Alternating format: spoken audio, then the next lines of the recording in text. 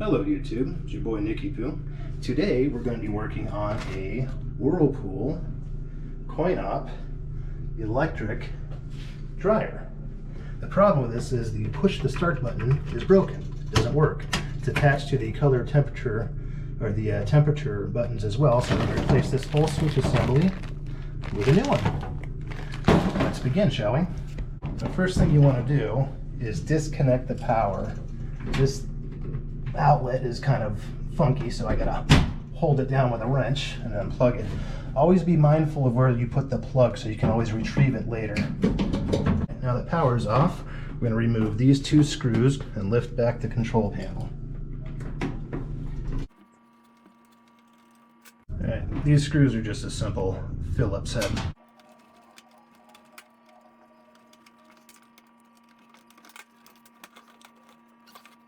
There is our old switch assembly. And the first thing you want to do is remove all of these little wires connecting the old switch. If you're not familiar with where the wires go, you can always use your camera, take a picture of it, or just use pen and paper and write it down.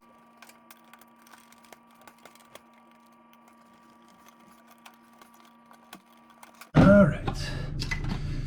Now that we've got the wires out of the way, we need to unscrew these two screws to take it out.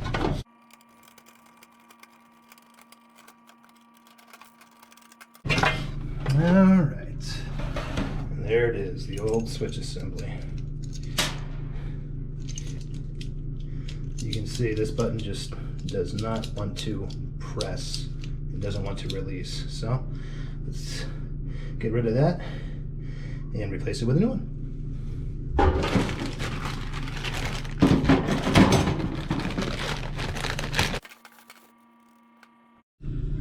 Alright, next thing you want to do is replace the wires to the new switch assembly. So let's go ahead and do that. Make sure you have your two screws and just screw it back in place.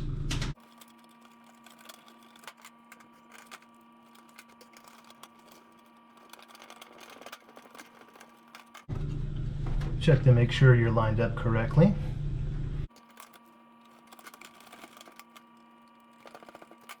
Double check your wires aren't loose.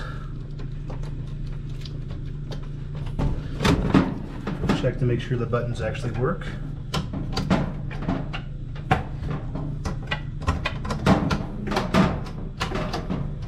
Like so. And now we're going to plug it in and test it before we reinstall the control panel.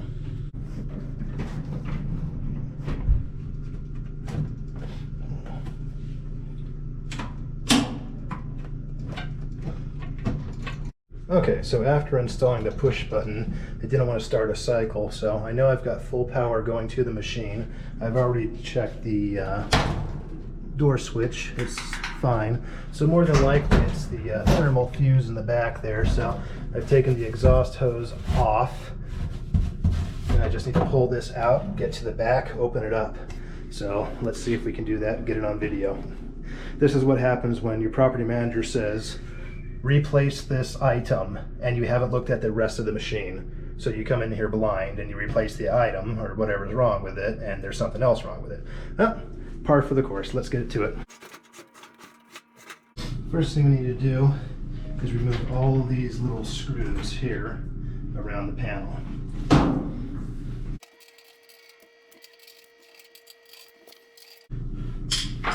This panel just slides back and up and off. Set it off to the side. Be very careful. It's razor sharp. The most common reason it won't start is because of this little thermal fuse right here. These things, if the temperature coming out of the exhaust pipe is too hot, these will pop. So we're going to test that first. Set your meter to ohms.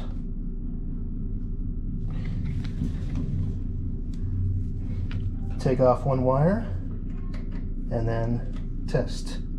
As you can see, we are out of limits, OL, out of limits. So that means that that thermal fuse is bad. We need to replace that. Now we're not just going to stop there because we're good technicians, right? So we're going to test everything else as well. We're going to test the cycling thermostat here. This is for the automatic cycle. Should have about 7,000 ohms of resistance. We have 7,040. We should just have continuity going to the other two terminals. We have continuity. Now we're going to test the heating element. You can do this with the wires on or off. Usually I'll take one of the wires off just so I don't have any ghost interference. So we're going to test those two. And you can see we have 9.5 ohms of resistance. Now that's not the end of testing the heating element. You want to make sure it's also not grounded. So keeping one probe on one terminal, put your other probe on the casing and scratch down looking for continuity on your meter. No continuity.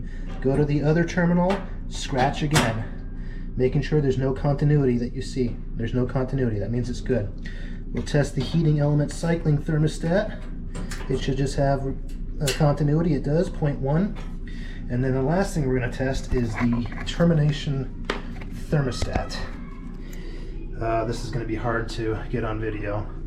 Put one probe in, one probe out, and we have continuity, 0.1 ohms of resistance. So we know everything else is good. We need to replace this thermal fuse, and that's what we'll do.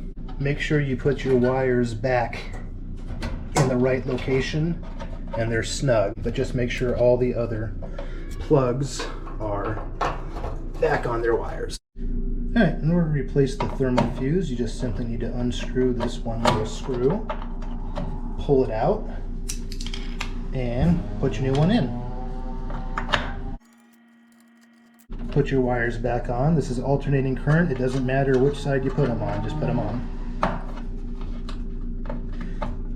Now then, the reason that these things normally blow is because you have a large restriction of lint in this air chamber back here.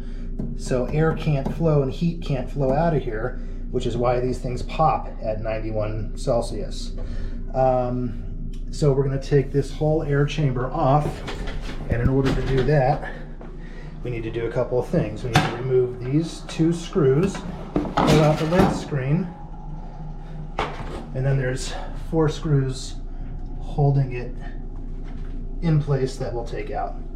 So let's do it. I always like to take these screws and just put them in the lint screen housing. Okay, so now that that's loose up top, we can remove these 4 screws down here.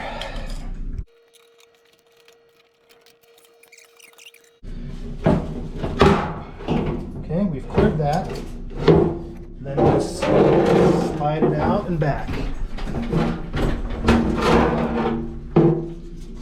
Now, as you can see, there's a bit of debris in the air chamber. It's not a huge amount, but that is enough to cause an air restriction and possibly blow that thermal fuse. Air can't flow out. There's the impeller wheel.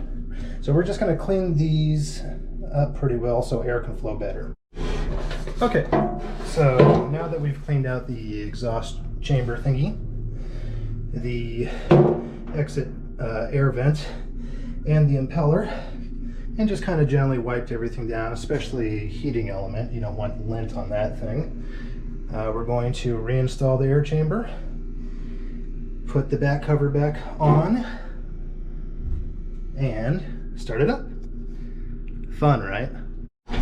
Alright, so insert the lip in first, then lift it up and over so it's pulled down, then double check to make sure you're not bunched up on this. Make sure you're lined up correctly on the lint screen holes. Alright, installation is the opposite of removal.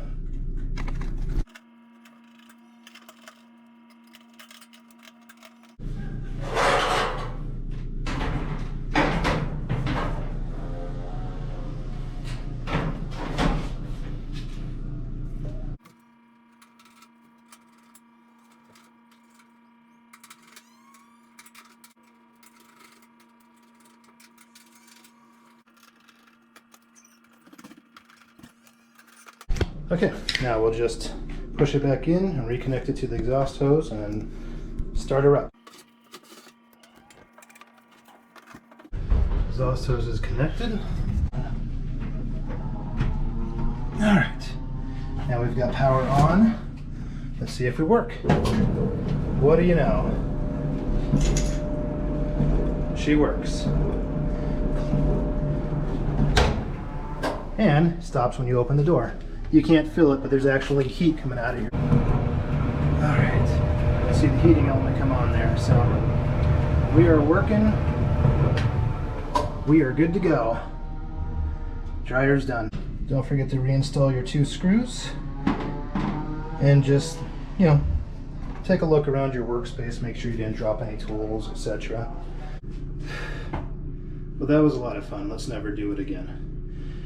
That's typical of service calls sometimes, is you go to replace a part, you're told to replace this part, you replace the part, it doesn't work, then you have to go and diagnose it.